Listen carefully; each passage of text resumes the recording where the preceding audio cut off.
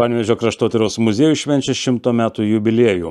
Muziejaus kolektyvas su švente sveikino prezidento patarėją, kultūros ministerijos atstovai, miesto vadovai ir gausius būrys kolegų. Iš tiesų tai nelabai sureikšminam, tiesiog vienas iš tokių slenkščių, kurį peržengiam, bet dirbom iki šiol profesionaliai ir toliau dirbsim profesionaliai ir darysim savo renginius, savo ekspozicijas ir jaučiamės rimtai ir solidžiai. Laikinai mero pareigas einantis Panevėžio miesto tarybos narys Petras Lomanas taip pat sveikino muziejaus bendruomenę, linkėdamas tęsti prasmingą darbą. Pirmiausia, linkiu, kad darnus kolektyvas, kuris iki šiol buvo ir išliktų darnus kolektyvas. Ir labai svarbu edukaciniai dalykai, kad jaunimas nuo pat mažens domėtųsi savo istoriją, savo šaknimis, o muziejus turi tai nepaprastai didelę, sakyčiau, galimybę tą įtaigą daryti. Nes, kaip sakoma, nežinantis istorijos lieka visą gyvenimą vaiku. Tai muziejuje, tai kas sukaupta, ne veltui mes jį vadiname kraštotyros muziejų, būtent krašto, archeologija, tą, sakykime, istorija, kultūra, visa tai yra kraštotyros muziejaus, reiškia, priedermė. Tai tiesiog linkėčiau, kad antras tūkstantmetis nemažiau be abejo bus įdomus ir kad būtų fiksuojama visa tai, kas yra vertinga, kas ateityje būtų nepaprastai svarbu pažintinė prasme.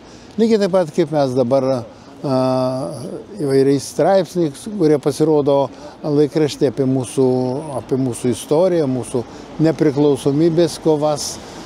Žinoma, tas laikotarpis, kada muziejus gyvavo ir sovietmečiu, bet ne viską buvo galima eksponuoti, ne viską galima buvo pateikti, o dabar tos galimybės yra. Ir tai labai svarbu, kad jaunimas domėtųsi istorija ir tai yra mūsų pačios šalies istorijos, mūsų savasties tąsa mūsų. Apie neįkainojamą muziejaus reikšmę Panevėžio miestui kalba ir Panevėžio Juozo Balčikonio gimnazijos direktorius. Aš galvoju, kad bet kuri kultūros įstaiga svarbi bet kuriame mieste, ypač Panevėžyje. Ir žiūrėkit, kokį vykso stebuklas su Stasio muziejumi, kai tapo traukos objektas ne tik panevėžiečiai, bet ir visai Lietuvai, kaip ir šitas muziejus. Aš labai džiaugiuosi, kad mes gyvename vienoje gatvėje. Moigių namas, kur yra muziejus, ir Balčikonio gimnazija skiria apie 100 metrų. Aš džiaugiuosi, kad to muziejaus įkūrėjai buvo mūsų mokyklos 2 direktoriai ir daug eksponatų mokyklos, manau, kad ne 100 ir ne 200, keli tūkstančiai guli muziejos archyvose. Ir man kaip direktoriui labai svarbu, nors nežinau, neturiu dokumento, aš visą laiką žinau, kur galima ateiti. Galima ateiti į muziejų, čia rasi įsteigimo metus, apie asmenybės, apie kitus dalykus. Ir net, sakykime, mes susiję tiek, kad kai vyko kasinėjimai mūsų sporto aikštynė, kur Pirmojo pasaulinio karo metu iškasti buvo kareiviai ir surasti įvairūs atributai ir žiedai, ir grandinėlės, ir kiti dalykai, tai jie yra saugomi muziejuje, restauruojami, kai kas grįžta atgal.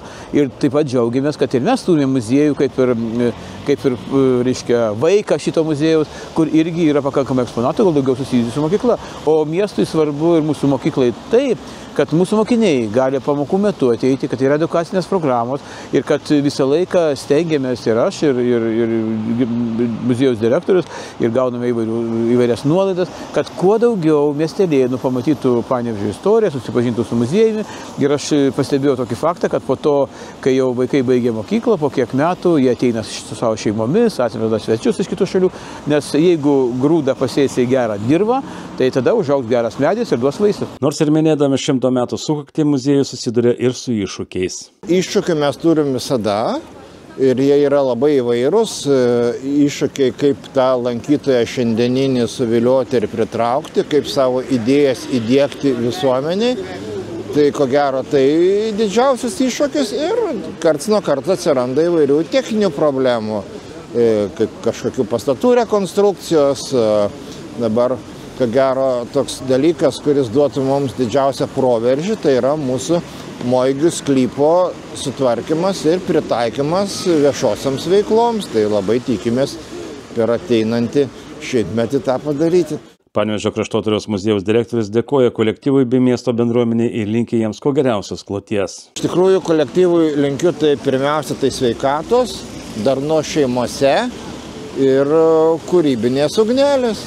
Panevėžiečiam tai linkiu daug malonių įspūdžių mūsų muziejuje. Jubiliejaus proga prie Centrinių muziejaus rūmų esančių Vasario 16 gatvė 23 ant pievelės buvo įžiebtas šventinis užrašas 100, simbolizuojantis muziejaus šimtmečio sukaktį ir kviečiantis miesto gyventojus bei svečius prisijungti prie iškilmingos šventės.